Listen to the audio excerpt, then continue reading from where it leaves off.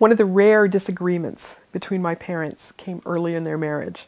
My dad, George Mitchell, a biologist, had shot a magnificent buck pronghorn, had had its head taxidermied, and then wanted to give him pride of place in my mother's elegant living room.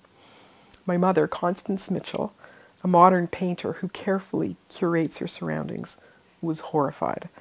Immune to Dad's protestations that this pronghorn was, as he wrote in his journal, a museum-quality specimen, she banished the stuffed beast to the rec room in the basement, where it promptly became a quizzical witness to our family life.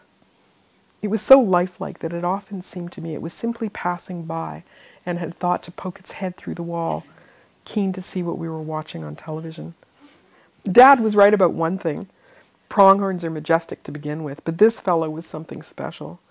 Inky Y-shaped horns as thick as my wrist, square snout splotched with black, supersized dark eyes tipped with long lashes, a pair of white chevrons running down the buff of his throat.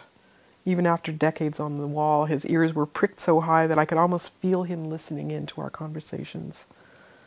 My dad, who died in June 2017 at 91, loved that pronghorn, but not just that one. He loved the whole species, Antilocapra americana. In his 1980 book, The Pronghorn Antelope in Alberta, my dad refers to his passion as an affair of the heart that never lost its fire. Maybe it was the lure of the unknown. The pronghorn was a scientific mystery when my dad was hired as the Alberta government's first game biologist in 1952 and began to study it. Even the basics were obscure. At what age did pronghorns begin breeding? How many young did they have? What did they eat? How did they survive the winters? How many were there in Alberta and Saskatchewan, the very northernmost tip of its continent-wide range? How many had there been? All unknown. But unless you knew this most elementary information, how could you predict whether they would stick around? He set about the messy, painstaking, life-consuming business of finding out.